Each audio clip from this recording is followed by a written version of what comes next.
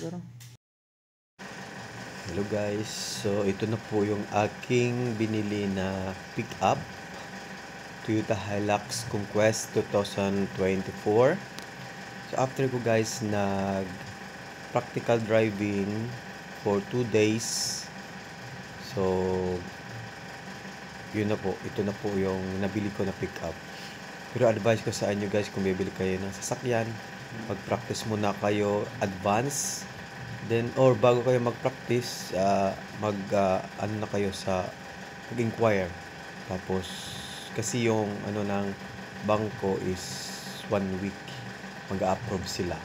So, at least, after mo mag-driving, mga 2 days or 3 days after, approve ka na. So, makukuha mo na siya. So, tuloy-tuloy yung ano mo, knowledge sa driving. So, ito nga po yung favorito kong pick-up. Tsaka kulay. Yung red, emotional red, may dagdag na pala to. So ito na guys, practice na naman din ako dito. Pinili ko dito mag-practice bandang Bermosa going to Ibia dahil ito po ay malawak na kalsada po. 3 lane po siya po. So kung taga Cavite po kayo, dito po banda maganda din. Marami ditong area na pwede nyong pagpa-practicean guys. Dahil 3 lane, so magandang i-practice, hindi siya stressful dahil hindi siya traffic din. Huwag lang kayo mag-practice sa traffic, talagang nakaka-stress. Ito muna sa maluwag. So medyo na kapa ko na guys yung steering wheel ng Hilux Conquest. So medyo open ng kaunti, din ako kinakabahan. Kaya nyo rin guys, kaya ko nga na zero knowledge ako, kayo pa kaya siguro. May pangarap kayo sa buhay, dito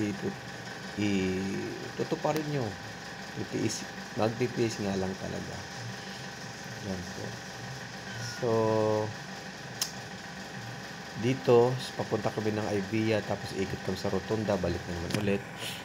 Dahil yung anak ko ay siya naman daw ang magpa-practice ng drive. Dahil pag umalis ako, magtatrabaho na naman. So, wala nang mag-drive. So, kailangan din niyang matuto.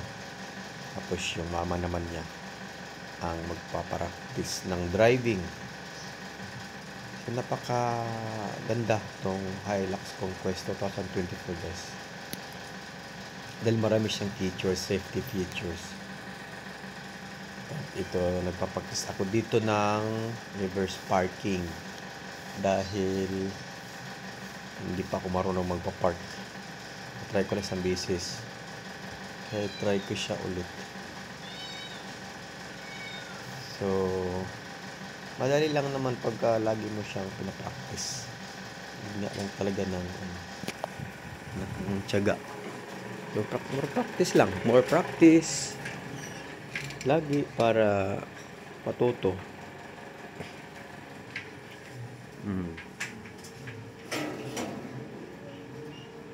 Hanap lang kayo ng place na pwede nyong pagpapraktisan para di kayo masita guys.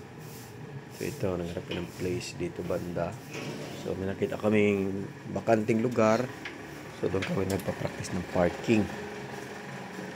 Yan, reverse parking. Dahil mahirap po talaga ang reverse parking pag hindi nyo pa alam yung mga technique. So guys, ito palang emotional red na Conquest, may additional siya, 20,000. Kung kasi top of the line daw to na color or pick up kulay red. Maganda rin siya sa yung paahon dahil lang siya, nag-stay. Hindi siya aatras, hindi siya abante. Hindi tulad ng mga SUV na yung SUV pagka nasa at paakyat ka tapos nagta-traffic sila doon, yung matatrap na stuck ka doon sa paangat o paakyat. Pag binitawan mo yung brake, is kusa siyang gumagapang siya, hindi sa aakyat. Kaya maganda din yung SUV sa mga paahon. Ito si Conquest sa paahon, nag-stay lang siya. Nag-aantay lang siya ng apakan mo yung gasolinador, abante na rin siya ng kusa. hindi siya hindi siya nagkaroon ng yung parang mag-aatras. So, safe din po yung likuran mo. Yan ang kaganda dito sa Conquest na to, 2024. Tsaka, tad siya ng mga camera. Right side, left side, sa rear, right and left din. So, tulad sa parking namin dito is napaka-kipot. So, nagamit ko siya guys sa 360. Ang hirap pumasok sa ganito sasakyan pag yung parking, yung area nyo is maliit, is maraming nagpa-park. So, na guys, pauwi na kami dito. Yung anak ko rin naman, sabi niya siya daw ang magdadrive ulit. So, binibigyan ko siya ng pagkakataon na magdadrive.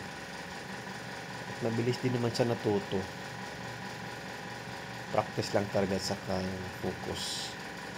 Yung delikado rin ng pick up kasi matic siya. So, talagang pag mali ang apak mo rito, sigurado may malalagyan ka talaga kasi dapat focus. So guys, ang anak ko siya naman daw magdadrive ay gusto niya matuto. Gusto ko rin matuto dahil ako yung nagtatrabaho, siya lang naiiwan.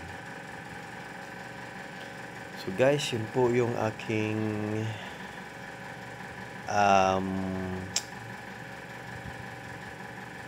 practice driving, no? Meron pa akong ituturo sa inyo yung mga natutunan ko. Turo ko rin sa iyo, lalo sa mga first timer. Sa mga first timer lang to guys, yung mga pro dyan, ito na sila, alam na nila yan. Panis na nila to. Yung pagliko, yung mga preference sa pag-reverse, tapos yun, yung parallel park, yan.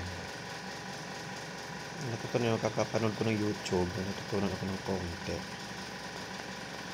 So dito lang guys ako, at mag-upload pa ako ng video sa asawa ko rin na siya po ay nagpa-practice ng driving. At maraming sablay sa pag-U-turn.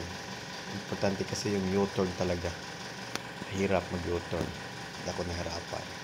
Okay guys, dito lang po. Maraming salamat.